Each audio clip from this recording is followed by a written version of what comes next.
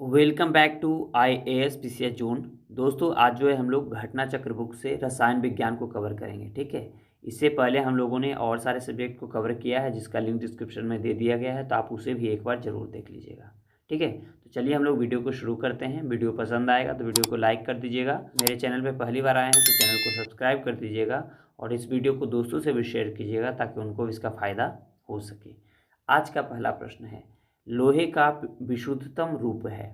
ठीक है, तो इसका राइट आंसर हो जाएगा ऑप्शन डी, पिटवा लोहा। लोहे का विशुद्धतम रूप क्या हो जाएगा? यह हो जाएगा पिटवा लोहा। देखिए इसके आप व्याख्या को देख सकते हैं कि लोहे की विशुद्धतम रूप पिटवा लोहा होता है।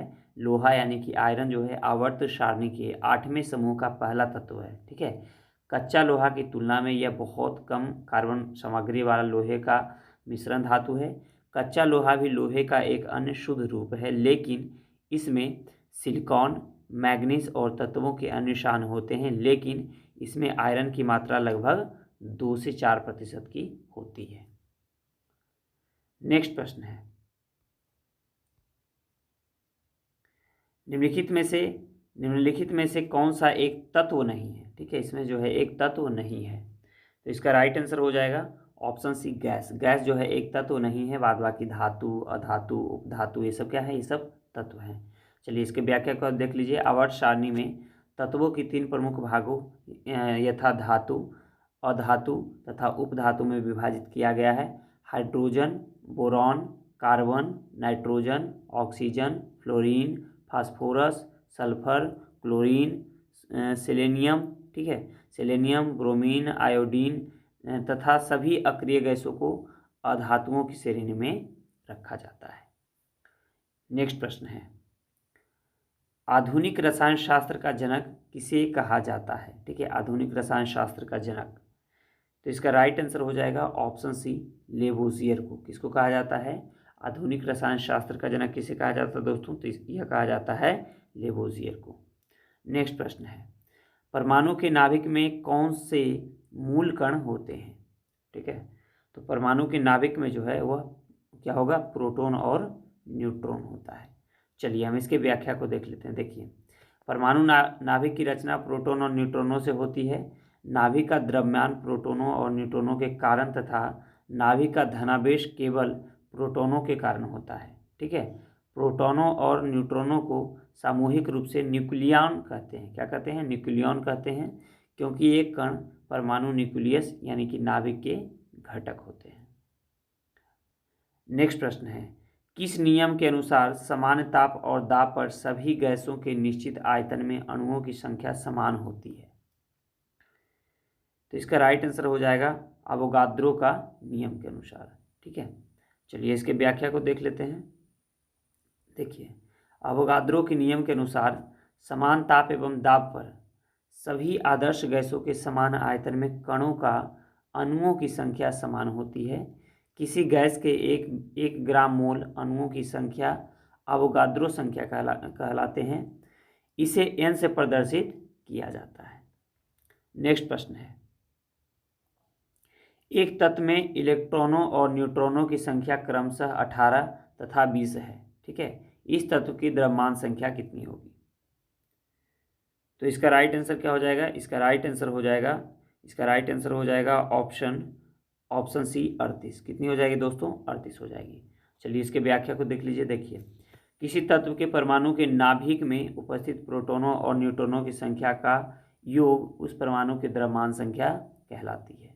उल्लेखनीय है कि परमाणु के इलेक्ट्रॉनों की संख्या प्रोटॉनों की संख्या के बराबर होती है, जिसके कारण परमाणु विद्युत उदासीन होते हैं। ठीक है, तो यहाँ पे आप देख लीजिएगा, जब आप प्रोटॉनों की संख्या न्यूट्रॉनों की संख्या को निकालेंगे तो 18 + 20 कितना हो जाएगा?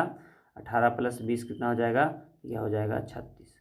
ठीक है, तो इसलिए राइट आंसर इसका क्या था? इसका राइट आंसर था, सॉरी यहाँ पे देखिएगा 18 था ना, 18 और 20 कितना हो जाएगा? 38 हो जाएगा, यानी राइट आंसर सी होगा। नेक्स्ट प्रश्न है, एक नाभिक की द्रव्यमान संख्या क्या होती है? तो इसका राइट आंसर हो जाएगा न्यूट्रॉनों और प्रोटॉनों की संख्या का योग होती है। क्या? ठीक है, एक नाभिक की द्रव्यमान संख्या क्या होगी? तो यह जो है न्यूट्रॉनों और प्रोटॉनों की संख्या का योग होती है। नेक्स्ट प्रश्न की ओर बढ़ते हैं। नेक्स्ट प्रश्न है, प्लूटोनियम न्यूक्लाइड। ठीक है, प्लूटोनियम न्यूक्लाइड के नाभिक में न्यूट्रॉनों की संख्या कितनी होती है? तो इसका राइट आंसर क्या हो जाएगा दोस्तों? इसका राइट आंसर हो जाएगा ऑप्शन बी 148। चलिए इसके व्याख्या को देख लेते हैं। देखिए, द्रव्यमान संख्या 242, परमाणु क्रमांक 44। तो परमाणु क्रमांक फिर बराबर प्रोटोनों की संख्या और न्यूट्रॉनों की संख्या, द्रव्यमान संख्या माइनस प्रोटोनों की संख्या। ठीक है, तो यहाँ जो है 242 को आप माइनस कर दीजिएगा 94 से, यानी परमाणु क्रमांक से, तो आपका निकल जाएगा न्यूट्रॉनों की संख्या। नेक्स्ट प्रश्न की ओर बढ़ते हैं। नेक्स्ट प्रश्न है, निम्नलिखित में से कौन सा कण आवेशित रहित है? कौन सा कण जो है आवेश रहित है? तो इसका राइट आंसर हो जाएगा ऑप्शन सी न्यूट्रॉन। न्यूट्रॉन क्या है? न्यूट्रॉन जो है आवेश रहित है। चलिए इसके व्याख्या को देख लीजिएगा। न्यूट्रॉन विद्युत उदासीन अपरमाणु कण है। न्यूट्रॉन का द्रव्यमान प्रोटॉन के द्रव्यमान के लगभग बराबर होता है। न्यूट्रॉन की खोज जो है वर्ष 1932 में इंग्लिश वैज्ञानिक जेम्स चैडविक ने की थी। यानी न्यूट्रॉन की खोज किसने किया था? जेम्स चैडविक ने किया था। नेक्स्ट प्रश्न है, निम्नलिखित में से कौन सा एक रेडियोधर्मी तत्व द्वारा उत्सर्जित धनात्मक रूप से आवेशित कण है? इसका राइट आंसर हो जाएगा ऑप्शन सी अल्फा किरण। कौन सा हो जाएगा? अल्फा किरण हो जाएगा। बढ़ते हैं हम लोग नेक्स्ट प्रश्न की ओर। नेक्स्ट प्रश्न है, एक तत्व के समस्थानिक अलग अलग होते हैं। ठीक है, तो इसका राइट आंसर हो जाएगा ऑप्शन बी द्रव्यमान संख्या में। ओके, एक तत्व के समस्थानिक जो है अलग अलग होते हैं, कहाँ पे? तो द्रव्यमान संख्या में। चलिए इसके व्याख्या को देख लेते हैं। देखिए,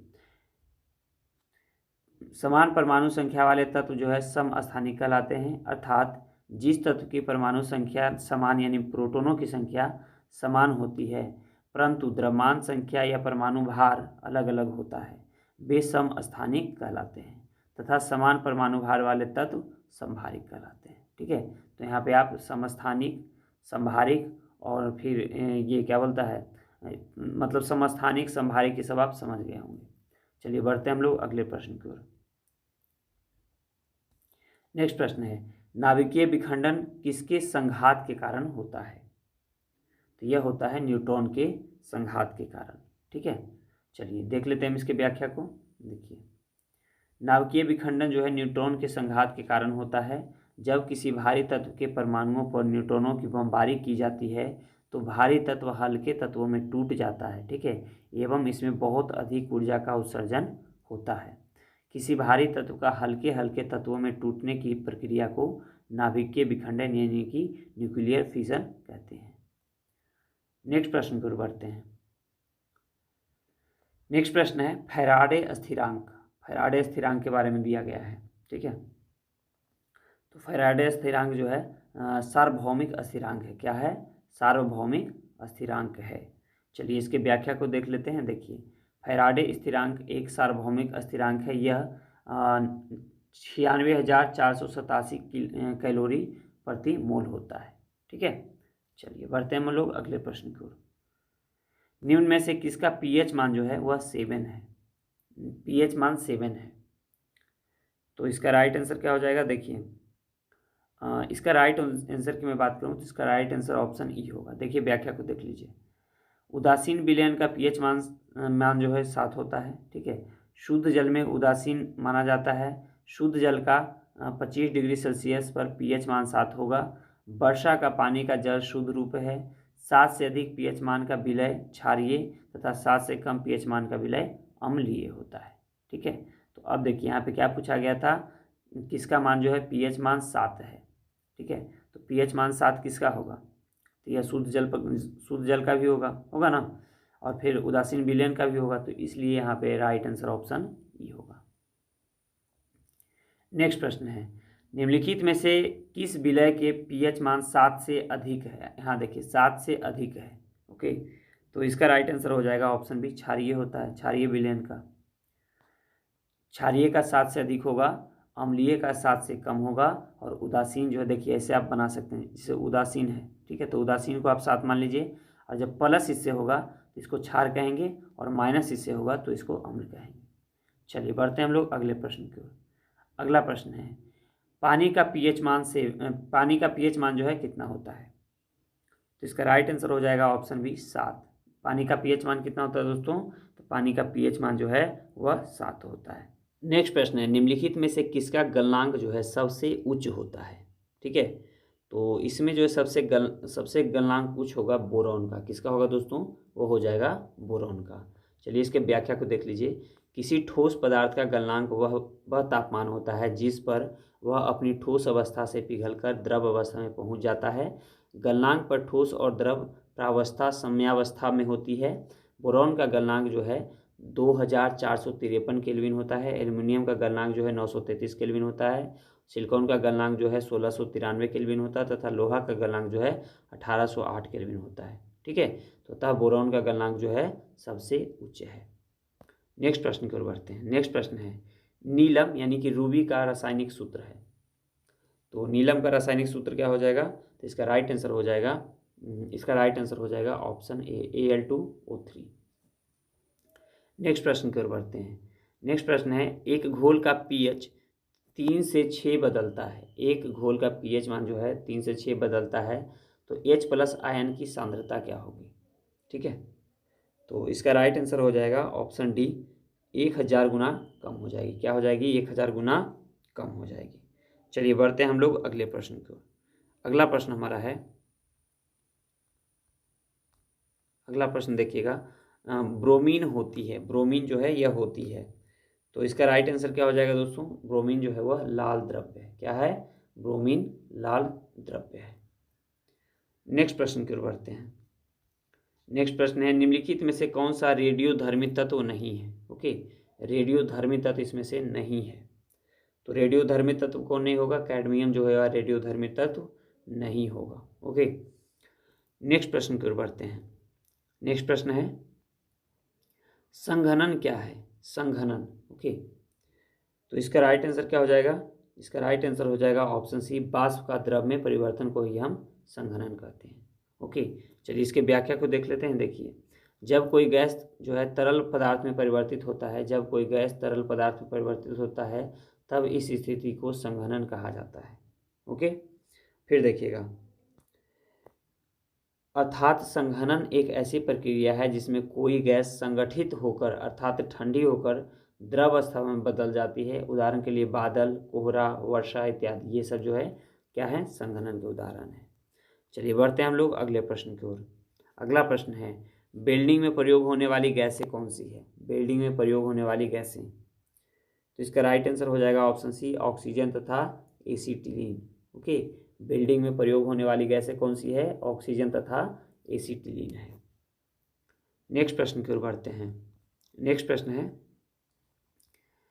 गैल्वेनाइज्ड लोहे की पाइप पर परत होती है। गैल्वेनाइज्ड जो लोहा होता है, तो उस लोहे के पाइप पर जो परत होती है वह क्या चीज़ की चढ़ी होती है?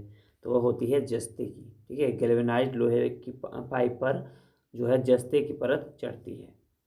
नेक्स्ट प्रश्न की ओर बढ़ते हैं। नेक्स्ट प्रश्न है, कपड़े साफ करने में प्रयोग होने वाले डिटर्जेंट कौन से हैं? कपड़े साफ होने में। ओके, तो वह हो जाएगा सल्फोनेट। क्या हो जाएगा? सल्फोनेट हो जाएगा। चलिए इसके व्याख्या को देख लेते हैं। देखिए, डिटर्जेंट अदरक अथवा अदरकों के यौगिक होते हैं जो तनुकृत अवस्था में सफाई के गुण को प्रदर्शित करते हैं। वस्तुतः ऐसे पदार्थ जो हैं एल्किल बेंजीन सल्फोनेट्स होते हैं। ठीक है, एल्किल बेंजीन सल्फोनेट्स होते हैं। डिटर्जेंट कठोर जल में भी घुलनशील होता है। नेक्स्ट प्रश्न है, वह तत्व जो मानव पसीने के माध्यम से उत्सर्जित होता है। ठीक है, तो इसका राइट आंसर देखिए हो जाएगा ऑप्शन ई, उपर्युक्त में से एक से अधिक। ठीक है, चलिए देखिए इसका व्याख्या को देख लेते हैं। देखिए, पसीना जो है मुख्य रूप से पानी से निर्मित होता है, परंतु इसमें खनिज, अम्ल और यूरिया भी मौजूद होते हैं। ठीक है, पसीने में मुख्य रूप से sodium, potassium, calcium, magnesium, zinc, iron तत्व जो है पाए जाते हैं। अतः अभिष्ट उत्तर क्या होगा? अभिष्ट उत्तर जो है ई होगा। ठीक है, उपर्युक्त में से एक से अधिक। नेक्स्ट प्रश्न है, नीला थोथा रासायनिक रूप से है। नीला थोथा जो है रासायनिक रूप से क्या होता है? तो वह होता है कॉपर सल्फेट होता है। क्या होता है? कॉपर सल्फेट होता है। नेक्स्ट प्रश्न की ओर बढ़ते हैं। नेक्स्ट प्रश्न हमारा है कि रसायन विज्ञान के अनुसार निम्न में से कौन सा भौतिक परिवर्तन का एक उदाहरण है? ठीक है, भौतिक परिवर्तन का एक उदाहरण है। तो भौतिक परिवर्तन का एक उदाहरण हो जाएगा पानी का उबलना। क्या होगा, पानी का उबलना जो है एक भौतिक उदाहरण है। चलिए इसके व्याख्या को देख लेते हैं। देखिए, पानी का उबलना एक भौतिक परिवर्तन है क्योंकि अभिक्रिया समाप्त होने पर यह पानी पुनः अपने मूल अवस्था में आ जाएगा। अन्य उदाहरण बर्फ का पिघलना, मोम का पिघलना आदि। ओके, नेक्स्ट प्रश्न है, निम्न में से कौन सा एक अलौह धात्विक खनिज है? ठीक है, अलौह धात्विक खनिज है। तो देखिए, यदि मैं बात करूं अलौह धात्विक खनिज का ना, तो इसका राइट आंसर क्या हो जाएगा? इसका राइट आंसर हो जाएगा ऑप्शन ई। अलौह जो धात्विक खनिज है उसमें कोबाल्ट भी आएगा और टीन भी आ जाएगा। ठीक है, देखिए पहले तो आप इसके व्याख्या को देख लीजिए। देखिए, अलौह धात्विक खनिज वह खनिज होता है जिसमें लोहे के अंश का अभाव होता है, जैसे कोबाल्ट, टीन, तांबा, जस्ता। ठीक है, ये सब जो है अलौह धात्विक खनिज है। वहीं पे मैं बात करूं वे सभी खनिज जिसमें लोहे की मात्रा होती है उसे धात्विक खनिज कहते हैं। ठीक है, जैसे कि मैग्नीशियम, निकल, क्रोमियम, ये सब क्या है? ये सब धात्विक खनिज है। नेक्स्ट प्रश्न है, ट्यूबलाइटों तथा परख नलियों में प्रयोग किया जाने वाला ग्लास किससे बनता है? तो इसका राइट आंसर हो जाएगा ऑप्शन ई।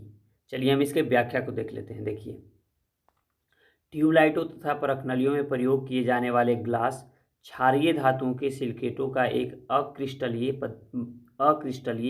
पारदर्शी मिश्रण है जिसका निर्माण सिलिका, सीरियम ऑक्साइड तथा सोडियम एवं अन्य ऑक्साइडों से होता है। नेक्स्ट प्रश्न की ओर बढ़ते हैं हम लोग। नेक्स्ट प्रश्न है हमारा, निम्न में से किस धातु की विद्युत चालकता सबसे अधिक है? ठीक है, तो सबसे अधिक हो जाएगा रजत का, यानी चांदी का हो जाएगा। ठीक है, सबसे अधिक किसका हो जाएगा? चांदी का हो जाएगा। उसके बाद फिर किसका होगा? तो तांबा का होगा। उसके बाद फिर एल्यूमिनियम का होता है, फिर बेरिलियम का होता है। ठीक है, फिर कैल्शियम का होता है। चलिए बढ़ते हैं हम लोग अगले प्रश्न की ओर। अगला प्रश्न है, पृथ्वी के वातावरण में सबसे प्रचुर मात्रा में पाई जाने वाली गैस कौन सी है? तो इसका राइट आंसर हो जाएगा ऑप्शन डी, नाइट्रोजन। सबसे प्रचुर मात्रा में कौन सी गैस है? तो वह है नाइट्रोजन। नेक्स्ट प्रश्न है, नाभिकीय रिएक्टर में नाभिकीय विखंडन से विद्युत उत्पन्न करने के लिए साधारणतः प्रयोग किया जाने वाला तत्व कौन सा है? तो इसका राइट आंसर क्या हो जाएगा? इसका राइट आंसर हो जाएगा ऑप्शन सी, यूरेनियम। कौन सा होगा? यूरेनियम होगा। चलिए इसके व्याख्या को देख लेते हैं। देखिए, नाभिकीय विखंडन में ऊर्जा उत्पन्न करने के लिए सामान्यतः यूरेनियम का प्रयोग किया जाता है। इसके अतिरिक्त थोरियम, प्लूटोनियम आदि तत्वों का भी प्रयोग किया जाता है। नेक्स्ट प्रश्न की ओर बढ़ते हैं। नेक्स्ट प्रश्न है, निम्न में से सबसे अच्छा अग्निशामक कौन सा है? ठीक है, तो यह हो जाएगा कार्बन डाइऑक्साइड। सबसे अच्छा अग्निशामक कौन सा है? कार्बन डाइऑक्साइड है। चलिए इसके व्याख्या को देख लीजिए। आग से बचाव हेतु कार्बन डाइऑक्साइड यानी CO2 एक अच्छा अग्निशामक है। अग्निशामक यंत्रों में सामान्यतः कार्बन डाइऑक्साइड का प्रयोग किया जाता है। नेक्स्ट प्रश्न है, फुलरीन तथा बकीबॉल डैश कार्बन परमाणुओं का बना होता है।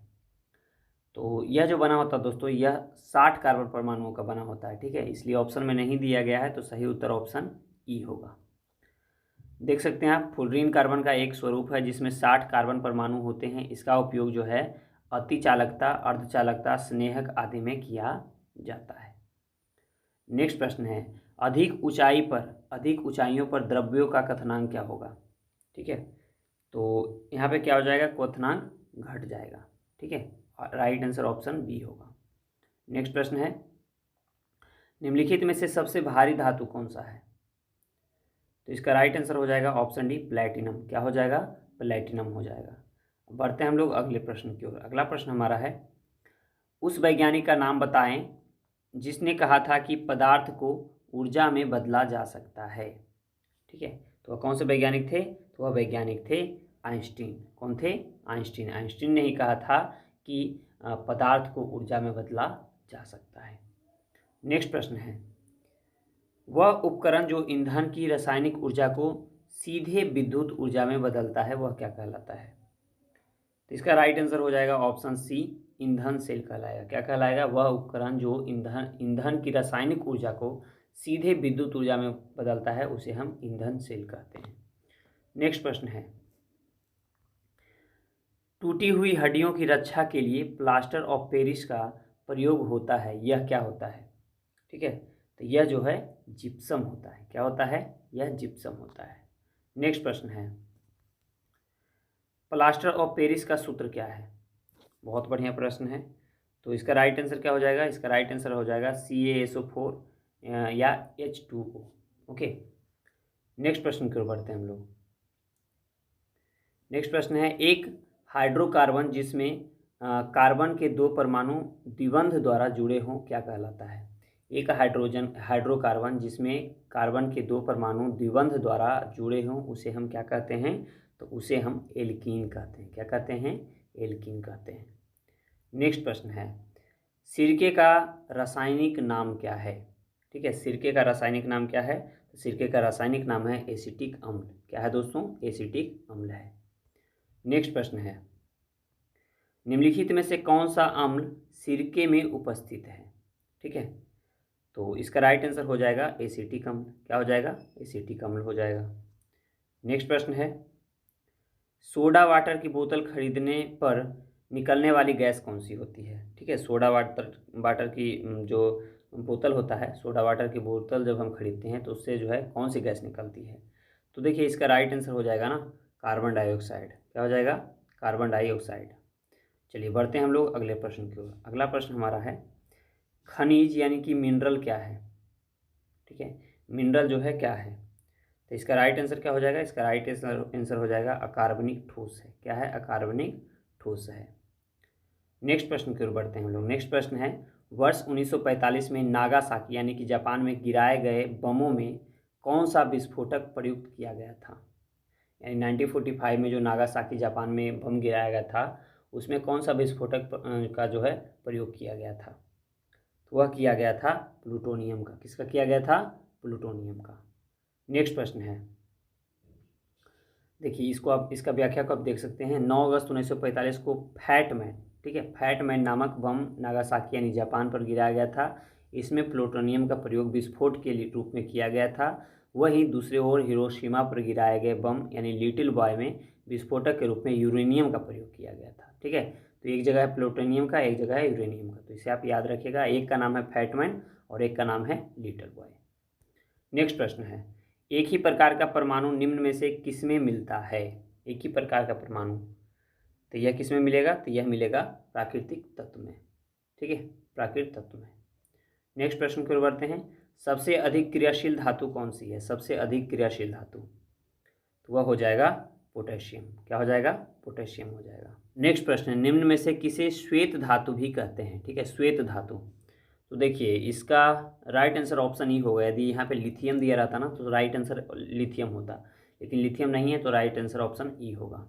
चलिए देख लेते हैं हम इसके व्याख्या को। देखिए मूल रूप से श्वेत धातु जो है लेड एवं लिथियम या अन्य धातुओं यथा कैडमियम, बिस्मथ एवं जस्ते की मिश्र धातु होती है। ठीक है, नेक्स्ट प्रश्न है, वनस्पति तेल से वनस्पति घी बनाने में प्रयुक्त होने वाली गैस कौन सी होती है?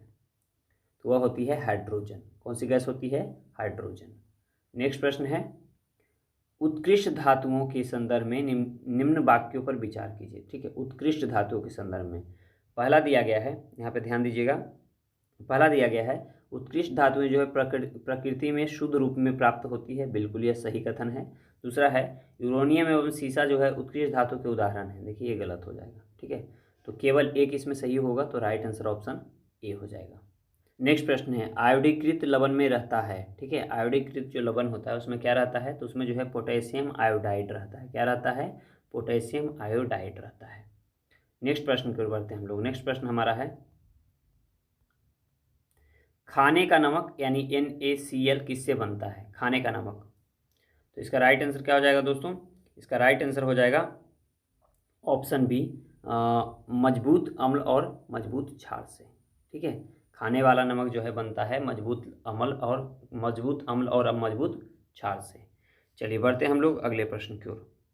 अगला प्रश्न हमारा है, सभी जैव यौगिक का अनिवार्य मूल तत्व है। सभी जो जैव यौगिक है उसका अनिवार्य मूल तत्व कौन सा है? तो उसका अनिवार्य मूल तत्व हो जाएगा कार्बन। क्या होगा? कार्बन होगा। नेक्स्ट प्रश्न है, ऑक्सीजन अनुपस्थित होता है। ऑक्सीजन जो है अनुपस्थित होता है, तो ऑक्सीजन अनुपस्थित होगा केरोसिन में। ठीक है, इसीलिए तो कोई चीज़ भी जो लोहा का होता है उसको हम केरोसिन में डाल देते हैं। उसमें ऑक्सीजन जब नहीं होगा यानी ऑक्सीजन के अभाव में है, उसमें जंग नहीं लगता है। ठीक है, चलिए बढ़ते हैं हम लोग अगले प्रश्न की ओर। अगला प्रश्न है, सिगरेट लाइटर में निम्नलिखित में से कौन सी गैस जो है प्रयुक्त होती है? तो इसका राइट आंसर क्या हो जाएगा दोस्तों? इसका राइट आंसर हो जाएगा ऑप्शन ए, ब्यूटेन। क्या होता है? सिगरेट लाइटर में ब्यूटेन होता है। ठीक है, नेक्स्ट प्रश्न है, निम्नलिखित में से कौन सा तरलीकृत पेट्रोलियम गैस का प्रमुख घटक है? ठीक है, प्रमुख घटक है, तो इसका राइट आंसर हो जाएगा ऑप्शन ई। ठीक है, चलिए देखते हैं हम इसके व्याख्या को। देखिए, तरलीकृत पेट्रोलियम गैस एलपीजी के मुख्य घटक जो हैं वह ब्यूटेन, ठीक है, लगभग उसमें 65%, प्रोपेन लगभग 35% होते हैं। इसमें हाइड्रोकार्बन यथा इथेन भी अल्प मात्रा में मौजूद होता है। ठीक है, तो इसलिए इसका राइट आंसर ऑप्शन ई होगा। नेक्स्ट प्रश्न की ओर बढ़ते हैं हम लोग। नेक्स्ट प्रश्न है, प्राकृतिक रबर किसका बहुलक है? ठीक है, प्राकृतिक जो रबर है वह किसका बहुलक है? तो इसका राइट आंसर हो जाएगा ऑप्शन ए, आइसोप्रीन का। किसका है? आइसोप्रीन का।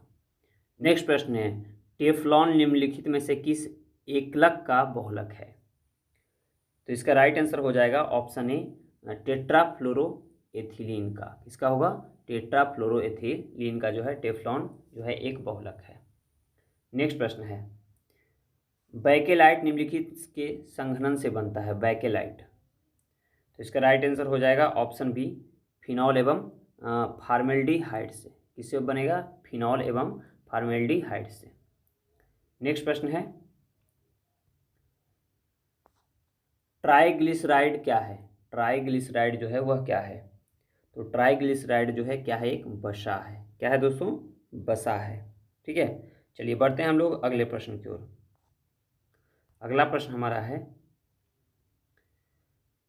ग्रेफाइट और हीरे के बारे में निम्नलिखित में से कौन से कथन जो है सत्य है? ग्रेफाइट और हीरे के बारे में, तो इसमें सत्य कथन कौन कौन सा होगा? देखिए, वे एक समान रासायनिक प्रतिक्रिया से गुजर सकते हैं। ये कथन जो है सत्य है। ग्रेफाइट और हीरा जो है वो एक समान रासायनिक प्रतिक्रिया से गुजर सकते हैं। नेक्स्ट प्रश्न है, पुलिस द्वारा नशे में गाड़ी चलाने वाले की सांस की जांच के लिए फिल्टर पेपर पर क्या होता है? तो इसका राइट आंसर हो जाएगा option A, potassium dichromate sulphuric अम्ल होता है। क्या होता है? पोटेशियम डाइक्रोमेट सल्फ्यूरिक अम्ल। नेक्स्ट प्रश्न है, घरेलू ईंधन के रूप में प्रयुक्त एलपीजी में मुख्यतः क्या होता है? ठीक है, इसमें जो है क्या होता है दोस्तों? तो देखिए, यहाँ पे जो है मीथेन दिया है, प्रोपेन दिया है, फिर देख लेते हैं, और मीथेन दिया है, प्रोपेन दिया है, एथिलीन दिया है, ब्यूटेन दिया है। देखिए, इसका राइट आंसर ऑप्शन ई हो जाएगा। ठीक है, चलिए हम इसके व्याख्या को देखते हैं। देखिए, घरेलू ईंधन के रूप में प्रयुक्त एलपीजी अर्थात तरलीकृत पेट्रोलियम गैस हाइड्रोकार्बन गैसों का एक ज्वलनशील मिश्रण है। इसमें मुख्यतः प्रोपेन ब्यूटेन का मिश्रण होता है। ठीक है, एलपीजी के रिसाव की पहचान के लिए उसमें कुछ गंधक युक्त पदार्थ जैसे कि मर्केप्टेन को जो है मिलाया जाता है। चलिए बढ़ते हैं हम लोग अगले प्रश्न को। अगला प्रश्न है, ग्रीन हाउस गैसों में मुख्य घटक होता है? ग्रीन हाउस गैस जो होता है उसमें मुख्य घटक होता है, तो उसमें मुख्य घटक क्या होगा?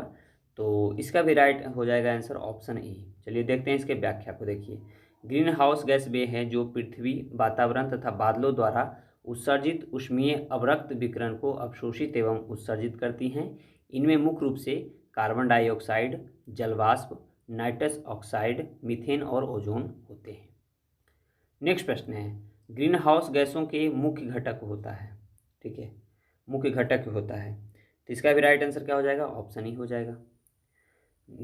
उपयुक्त में से एक से अधिक क्या क्या उसमें हो सकता है? तो देखिए, उसमें जो है कार्बन डाइऑक्साइड भी होगा, नाइट्रस ऑक्साइड भी हो जाएगा। ठीक है, तो ये सब इसमें शामिल होगा। नेक्स्ट प्रश्न की ओर बढ़ते हैं हम लोग। नेक्स्ट प्रश्न है, पेट्रोल तथा डीजल के अधूरे जलने से उत्पन्न क्या होता है? ठीक है, तो इसका राइट आंसर क्या हो जाएगा? इसका राइट आंसर हो जाएगा कार्बन मोनोऑक्साइड। कोई भी चीज़ अधूरा जलेगा तो उसमें कार्बन मोनोऑक्साइड उससे जो है उत्सर्जित होगा। नेक्स्ट प्रश्न है, साबुन ग्रीज को हटाता है? साबुन जो है ग्रीज को हटाता है, तो किस विधि के द्वारा हटाता है?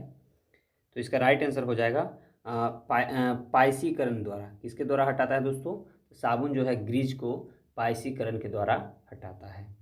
नेक्स्ट प्रश्न है, नेक्स्ट प्रश्न को देखिएगा, सूची 1 को सूची 2 से यहाँ पे मिलाना है। ठीक है, और सही उत्तर को आपको चूज़ करना है।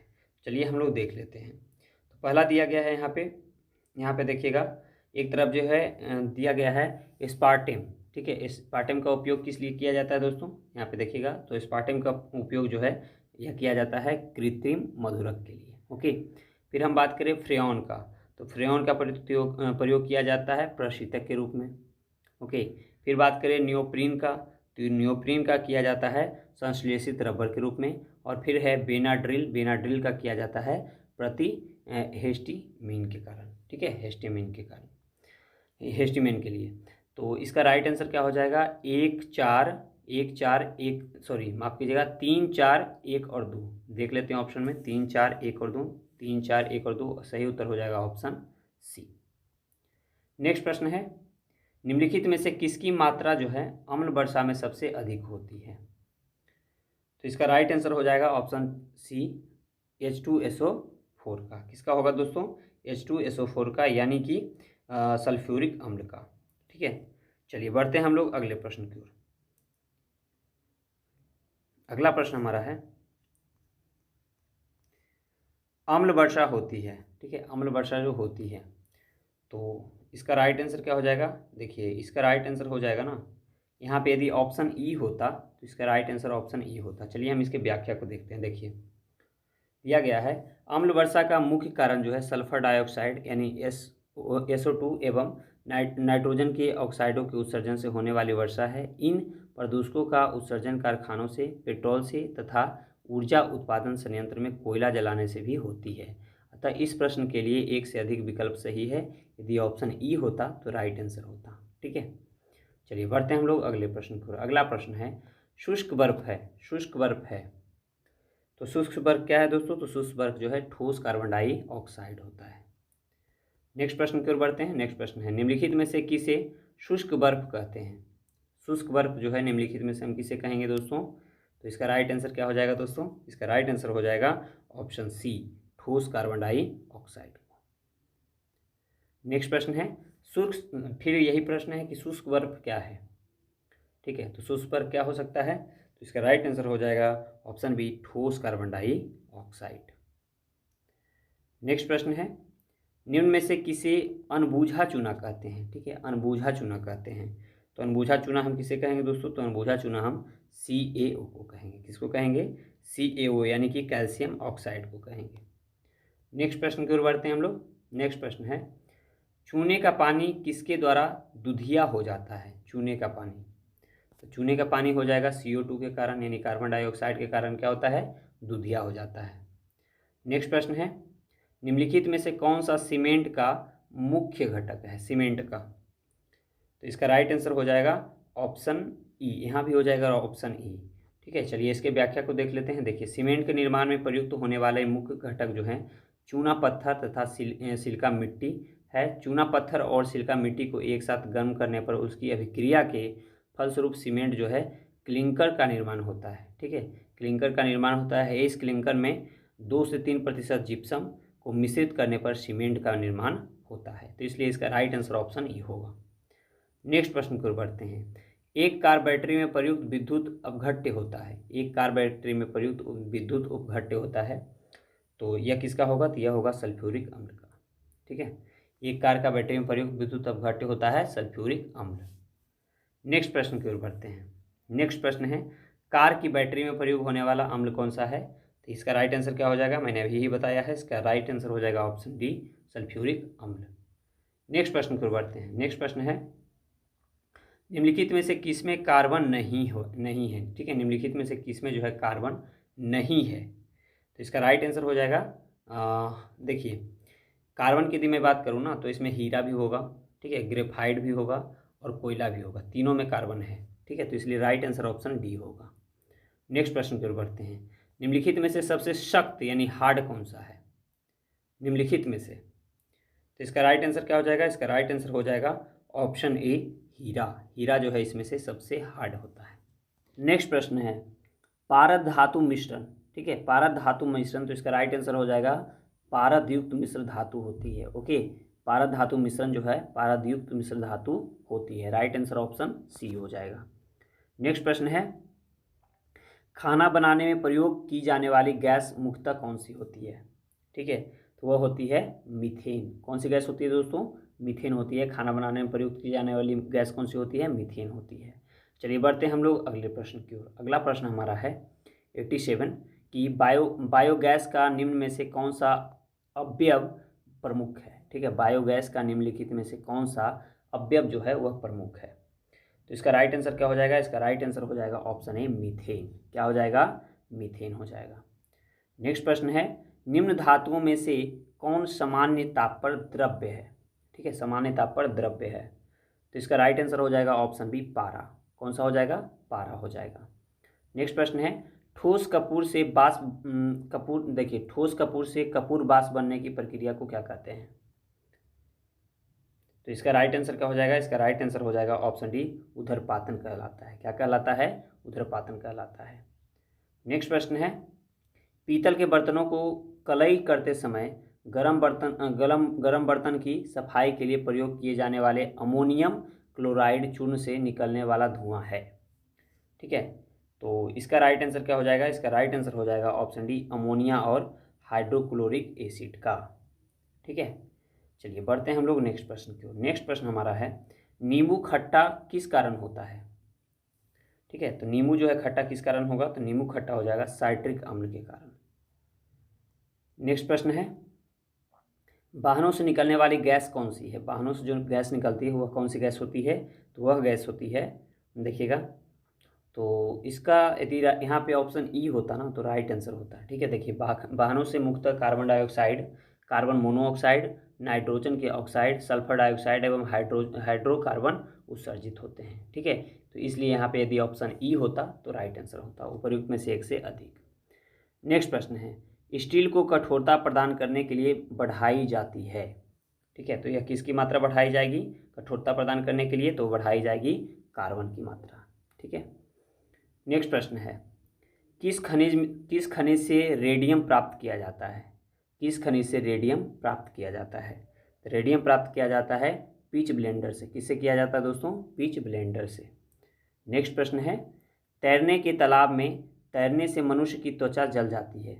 तैरने के तालाब में तैरने से मनुष्य की त्वचा क्या होती है? जल जाती है। तो वह किस कारण जल जाएगी? तो वह जल जाएगी क्लोरीन के कारण। किसके कारण जलेगी? क्लोरीन के कारण। नेक्स्ट प्रश्न है हाइड्रोजन को जलाने से क्या बनेगा? हाइड्रोजन को जब हम जलाएंगे तो उससे क्या बनेगा?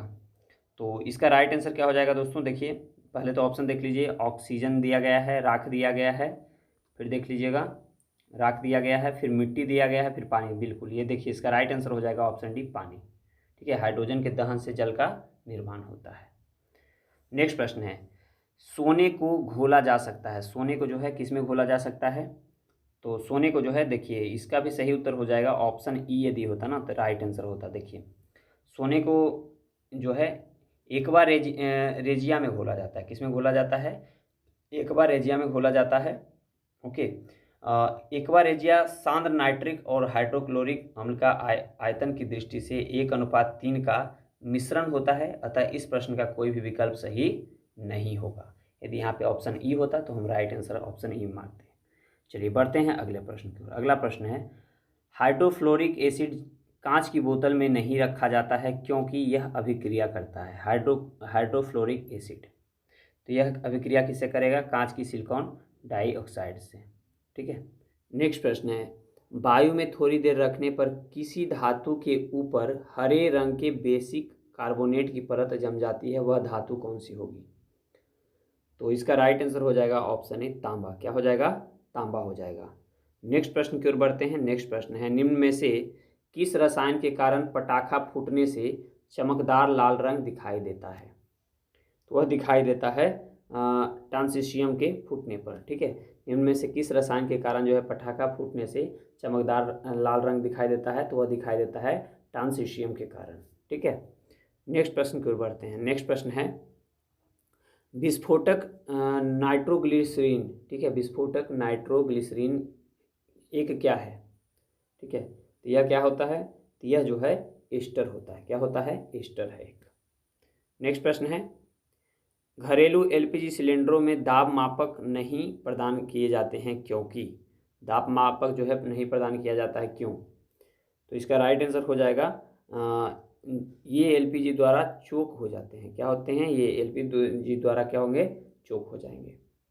नेक्स्ट प्रश्न की ओर बढ़ते हैं। नेक्स्ट प्रश्न है, निम्नलिखित में से किस खनिज द्वारा लोहा प्राप्त किया जाता है? ठीक है, निम्नलिखित में से किस खनिज द्वारा लोहा प्राप्त किया जाता है दोस्तों? तो वह किया जाता है हेमेटाइट के द्वारा।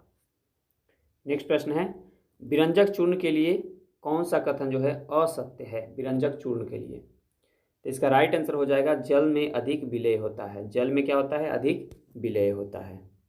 नेक्स्ट प्रश्न है, किस धातुकर्म प्रक्रिया के अंतर्गत धातु मिश्रित अवस्था में पाई जाती है? जो कहते हैं, ठीक है, उसको हम क्या कहते हैं? तो इसका राइट आंसर हो जाएगा प्रगलन कहते हैं। क्या कहते हैं? प्रगलन कहते हैं। नेक्स्ट प्रश्न है, जस्ते से एक आयतन भाग यानी घनत्व 7100 किलोग्राम पर मीटर क्यूब को दो आयतन भाग तांबा यानी घनत्व 8900 किलोमीटर प्रति क्यूब से मिलाने पर पीतल बनता है, तो पीतल का घनत्व कितना होगा? ठीक है, तो इसका राइट आंसर हो जाएगा ऑप्शन बी 8300 किलोग्राम पर मीटर क्यूब।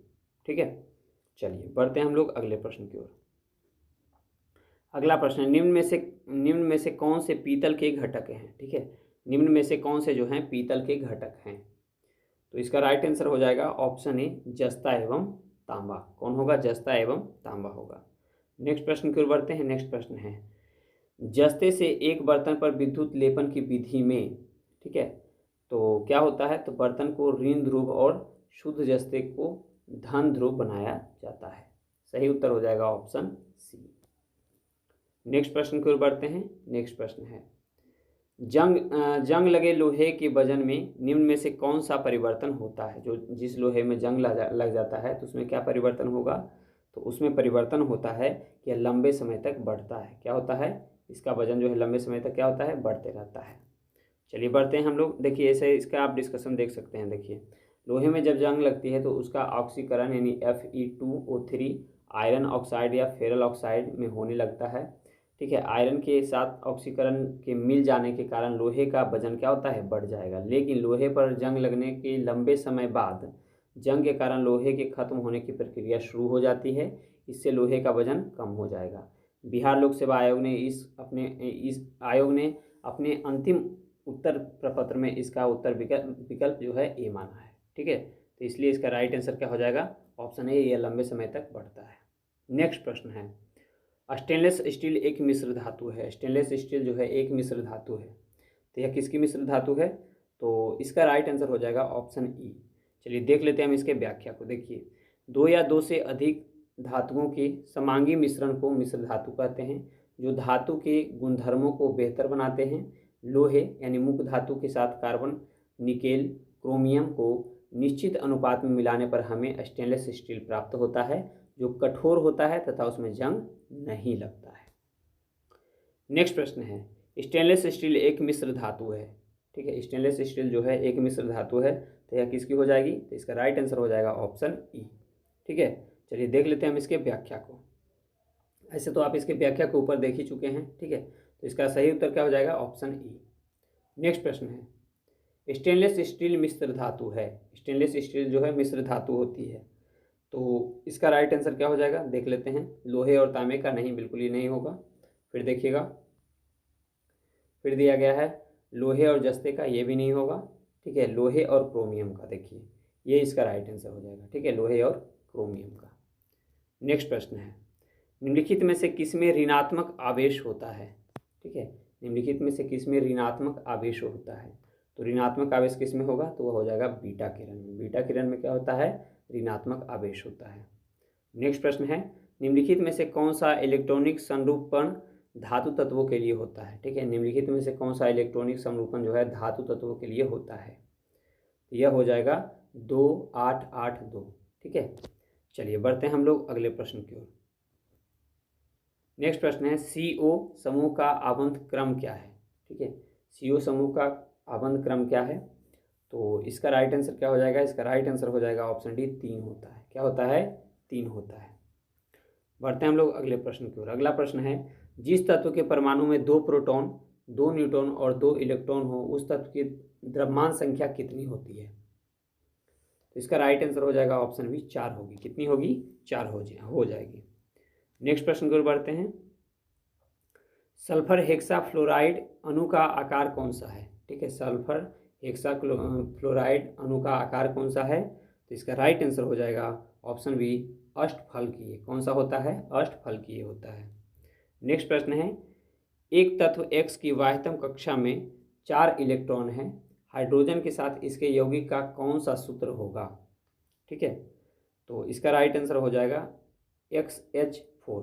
कौन सा होगा? XH4 हो जाएगा। नेक्स्ट प्रश्न है, बेंजीन में सिग्मा और पाई बंध की संख्या कितनी होती है? बेंजीन में, ठीक है, बेंजीन में सिग्मा और पाई बंध की संख्या कितनी होगी? यह हो जाएगी 12 और 3। बेंजीन और सिग्मा, देखिए बेंजीन में जो है सिग्मा की संख्या 12 और पाई बंध की संख्या 3 होगी। नेक्स्ट प्रश्न है, निम्न कथनों पर विचार कीजिए। ठीक है, चलिए देख लेते हैं हम लोग। नेक्स्ट दिया गया, पहला दिया गया है कि शुद्ध जल में नमक को घोलने से जल का क्वथनांक बढ़ जाता है एवं जल का हिमांक घट जाता है। बिल्कुल पहला कथन हमारा सत्य है। दूसरा है, जल में जब मिथाइल अल्कोहल डालते हैं तो जल का क्वथनांक क्या होता है? घट जाता है। बिल्कुल ये भी कथन सही है। तो दोनों कथन हमारा सही है। तो राइट आंसर क्या होगा? तो राइट आंसर हो जाएगा ऑप्शन डी। नेक्स्ट प्रश्न की ओर बढ़ते हैं। नेक्स्ट प्रश्न हमारा है, भारी पानी वह पानी होता है। भारी पानी जो है वह पानी होता है। ठीक है, भारी पानी हम किसको कहेंगे? तो भारी पानी हम कहेंगे कि जिसमें हाइड्रोजन का स्थान आइसोटोप ले लेता है। ठीक है, उसको हम भारी पानी कहते हैं। नेक्स्ट प्रश्न है, किस परमाणु नाभिक का आइसोटोप जो है वह नाभिक है जिसमें, ठीक है, जिसमें, तो क्या हो जाएगा? जिसमें प्रोटॉन की संख्या वही होती है परंतु न्यूट्रॉन की संख्या भिन्न हो जाती है। राइट आंसर ऑप्शन बी होगा। नेक्स्ट प्रश्न है, दूध उदाहरण है। दूध जो है एक उदाहरण है। दूध किसका उदाहरण हो सकता है? तो दूध जो है उदाहरण है कोलाइड विलियन का भी है और इमल्सन का भी होता है। ठीक है, तो कोलाइड विलियन का भी है, इमल्सन का है। तो यदि ऑप्शन ई यहाँ पे होता तो राइट आंसर ऑप्शन ई होता। नेक्स्ट प्रश्न की ओर बढ़ते हैं हम लोग। नेक्स्ट प्रश्न है, कार्बोहाइड्रेट के अपघटनोपरांत, ठीक है, कार्बोहाइड्रेट के अपघटनोपरांत अंतिम रूप से क्या बनता है?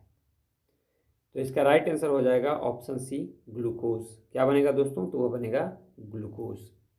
नेक्स्ट प्रश्न है, अल्कोहलिक खमीर का आखिरी उत्पाद क्या है? ठीक है, अल्कोहलिक का आखिरी जो है उत्पाद क्या है? इसका राइट आंसर हो जाएगा ऑप्शन सी, इथाइल अल्कोहल। क्या होगा? Ethyl alcohol. नेक्स्ट प्रश्न है, ग्लूकोज को एथिलीन अल्कोहल में किस एंजाइम द्वारा बदल दिया जाता है? इसका राइट आंसर हो जाएगा ऑप्शन सी, जाइमेज के द्वारा। किसके द्वारा? जाइमेज के द्वारा। नेक्स्ट प्रश्न है, शक्कर के किण्वन से क्या बनता है? तो इसका राइट आंसर हो जाएगा ऑप्शन ए, इथाइल अल्कोहल। क्या बनेगा? इथाइल अल्कोहल बनेगा। नेक्स्ट प्रश्न की ओर बढ़ते हैं। नेक्स्ट प्रश्न हमारा है कि ग्लूकोज का सूत्र क्या है? ठीक है, ग्लूकोज का सूत्र क्या है? तो ग्लूकोज का सूत्र होगा C6H12 और O6।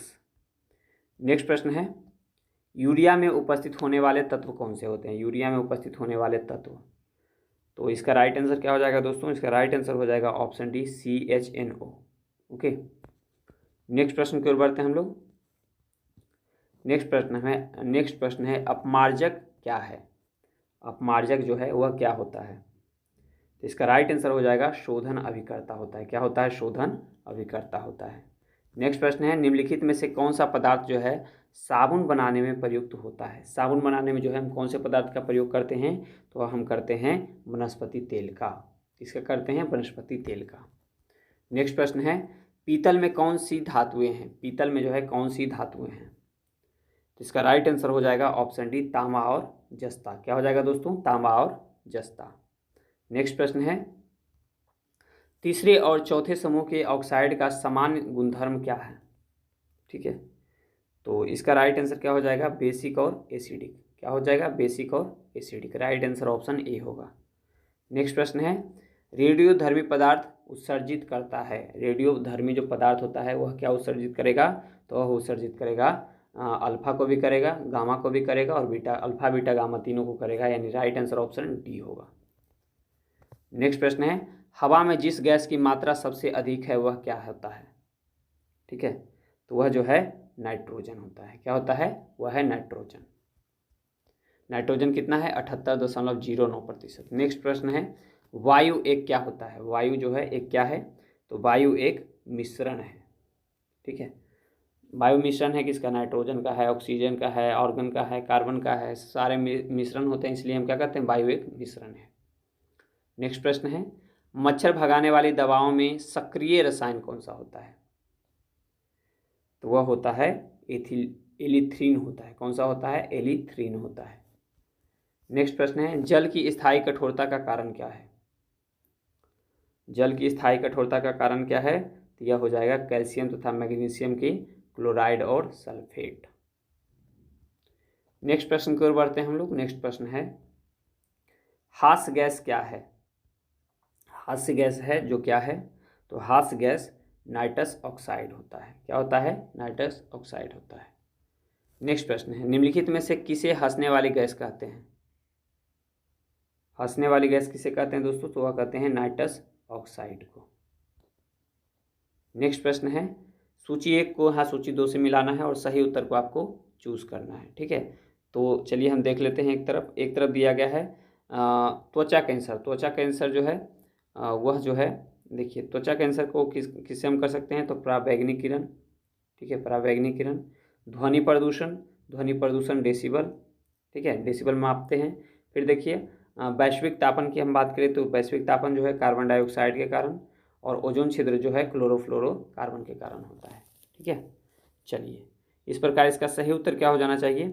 1 3 4 और 2 3 4 और 1, 2 3 4 और 1, 2 3 4 और 1, 2 3 4 और 1, यानी राइट आंसर ऑप्शन बी होगा। नेक्स्ट प्रश्न है, वैद्युतिक ऊर्जा पैदा की जा सकती है। ठीक है, वैद्युतिक ऊर्जा जो है पैदा की जा सकती है, तो इसका राइट आंसर हो जाएगा यूरेनियम से।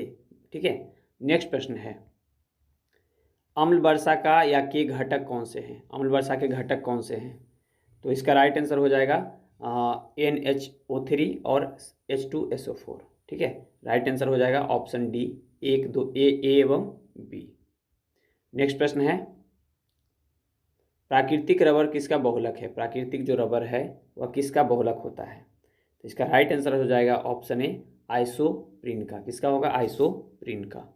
नेक्स्ट प्रश्न है, पेट्रोल की गुणवत्ता को व्यक्त किया जाता है। पेट्रोल की गुणवत्ता को जो है व्यक्त किया जाता है, तो यह किसके द्वारा व्यक्त किया जाता है दोस्तों? तो यह किया जाता है ऑक्टेन संख्या के द्वारा। पेट्रोल की गुणवत्ता का व्यक्त किया जाता है ऑक्टेन संख्या के द्वारा। नेक्स्ट प्रश्न है, CNG का मुख्य घटक क्या हो जाएगा? CNG का मुख्य घटक क्या होगा? तो CNG का मुख्य घटक हो जाएगा CH4। ओके, नेक्स्ट प्रश्न की ओर बढ़ते हैं हम लोग। नेक्स्ट प्रश्न है, ऑक्सीजन अनुपस्थित होती है। ऑक्सीजन जो है अनुपस्थित होती है, तो ऑक्सीजन अनुपस्थित किस में होगी? तो हो जाएगी केरोसिन में। राइट आंसर हो जाएगा ऑप्शन ए। नेक्स्ट प्रश्न है, एंटीबायोटिक औषधि का एक उदाहरण है। एंटीबायोटिक औषधि का एक उदाहरण है, तो यह हो जाएगा पेनिसिलिन। क्या होगा? पेनिसिलिन। नेक्स्ट प्रश्न है, किस पदार्थ को एक अन्य पदार्थ के साथ गर्म करने से अम्ल बनता है? ठीक है, किस पदार्थ को जो है एक पदार्थ के साथ गर्म करने पर अम्ल बनेगा? तो वह बनेगा सोडियम क्लोराइड से। ओके, नेक्स्ट प्रश्न है,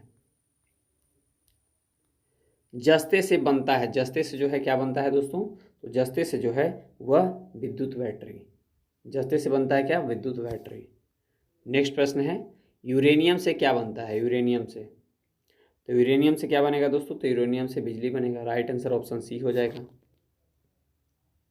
नेक्स्ट प्रश्न है, कोयले का उपयोग होता है। कोयले का जो है उपयोग कहाँ पे होगा? तो कोयले का उपयोग जो है जलाने में होता है। कहाँ पे होता है? जलाने में होगा। नेक्स्ट प्रश्न है, हीरा अपरूपक है। ठीक है, हीरा जो है अपरूपक है। किसका अपरूपक है हीरा? तो हीरा जो है अपरूपक है कार्बन का। किसका है? कार्बन का। नेक्स्ट प्रश्न की ओर बढ़ते हैं हम लोग। नेक्स्ट प्रश्न है हमारा, मिश्रण के विभिन्न द्रवीभूत घटकों को उपर्युक्त पदार्थ पर अधिशोषण द्वारा अलग करने की प्रक्रिया जो है क्या कहलाती है? मिश्रण के विभिन्न द्रवीभूत घटकों को उपर्युक्त पदार्थ पर अधिशोषण द्वारा अलग करने की प्रक्रिया को क्या कहते हैं? तो यह प्रक्रिया कहलाता है क्या? यह कहलाता है क्रोमेटोग्राफी, यानी ऑप्शन सी। नेक्स्ट प्रश्न है, एक्सरे में वर्णाक्षर एक्स का मतलब क्या है? एक्सरे में जो है वर्णाक्षर एक्स का मतलब क्या है? तो इसका राइट आंसर हो जाएगा ऑप्शन बी, अननोन, यानी अज्ञात है यह। ठीक है, अननोन है यानी कि अज्ञात है यह। नेक्स्ट प्रश्न है, वाटर गैस डैश का मिश्रण होता है। वाटर गैस जो है किसका मिश्रण होता है दोस्तों? तो वाटर गैस जो है वह वाटर गैस मोनोऑक्साइड और हाइड्रोजन गैस का होता है, यानी COH2 का होता है, यानी राइट आंसर ऑप्शन ए होगा। नेक्स्ट प्रश्न है, डैश के कारण पानी एक जो है उत्कृष्ट शीतलक कारक है, शीतलन कारक है। ठीक है, डैश के कारण पानी जो है एक उत्कृष्ट शीतलन कारक है। तो इसका सही उत्तर हो जाएगा, उच्च विशिष्ट ऊष्मा के कारण पानी एक उत्कृष्ट शीतलन कारक है। नेक्स्ट प्रश्न है, कौन सी गैस अपनी ग्रीन हाउस प्रभाव से ग्लोबल वार्मिंग में योगदान करती है? तो इसका राइट आंसर हो जाएगा ऑप्शन डी, उपर्युक्त में से एक से अधिक। यहाँ नाइट्रस ऑक्साइड भी होगा, कार्बन डाइऑक्साइड भी होगा, मीथेन भी हो जाएगा। ठीक है, इसलिए राइट आंसर ऑप्शन डी होगा। नेक्स्ट प्रश्न है, अम्ल धातु कार्बोनेट से अभिक्रिया करके डैश गैस मुक्त करते हैं। कौन से गैस जो है मुक्त करेंगे? तो इसका राइट आंसर हो जाएगा CO2, यानी कार्बन डाइऑक्साइड को मुक्त करेंगे। नेक्स्ट प्रश्न है,